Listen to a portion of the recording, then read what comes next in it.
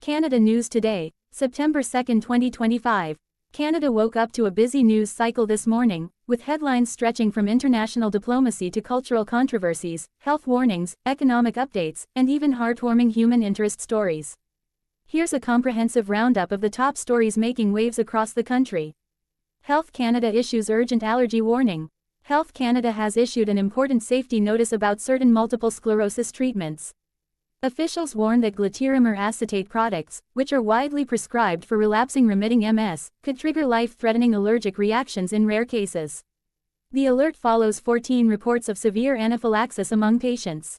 Health providers are being urged to monitor patients closely, report side effects, and consider alternative therapies if necessary. For Canadians living with MS, the news has caused understandable concern, as these drugs are a mainstay treatment. Health Canada reassured the public that it is working with manufacturers to improve safety guidelines and that investigations are ongoing. Canada and India restore full diplomatic relations.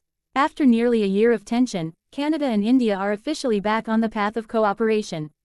Both countries announced the appointment of new High Commissioners. Canada's Christopher Cooter will head to New Delhi, while India has assigned veteran diplomat Dinesh Patnaik to Ottawa.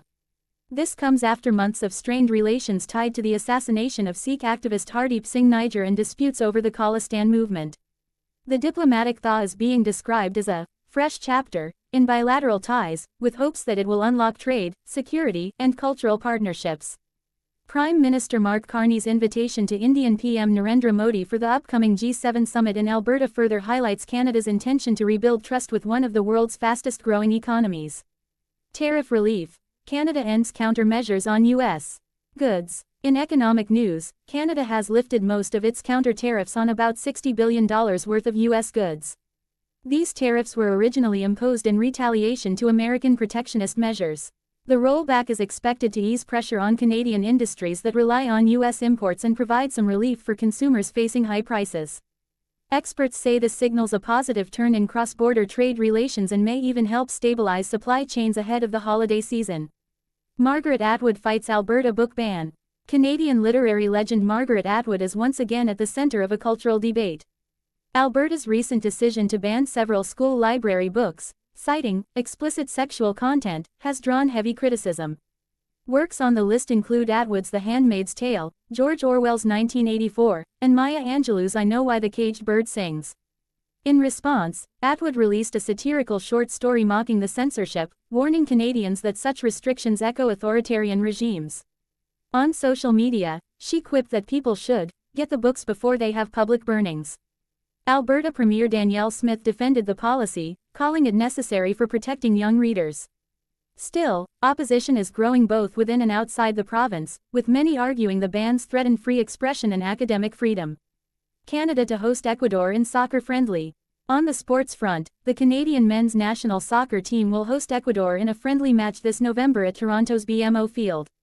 The game will serve as crucial preparation ahead of upcoming international tournaments. The fixture is expected to draw large crowds, as Canadian fans continue to support the team following its historic World Cup appearances. Drop in international students and workers. Immigration, Refugees and Citizenship Canada has reported a noticeable decline in the number of international students and temporary foreign workers arriving in 2025. The slowdown is attributed to tighter visa policies, economic uncertainty, and increased competition from other countries like Australia and the UK. This trend could impact Canadian universities, which rely heavily on international tuition, as well as industries such as agriculture and hospitality that depend on temporary workers.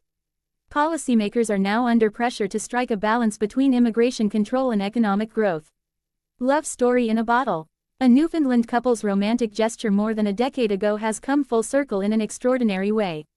In 2012, Brad and Anita Squires tossed a message in a bottle into the Atlantic Ocean during a date night. Fast forward to July 2025, the bottle washed up on a Kerry beach in Ireland.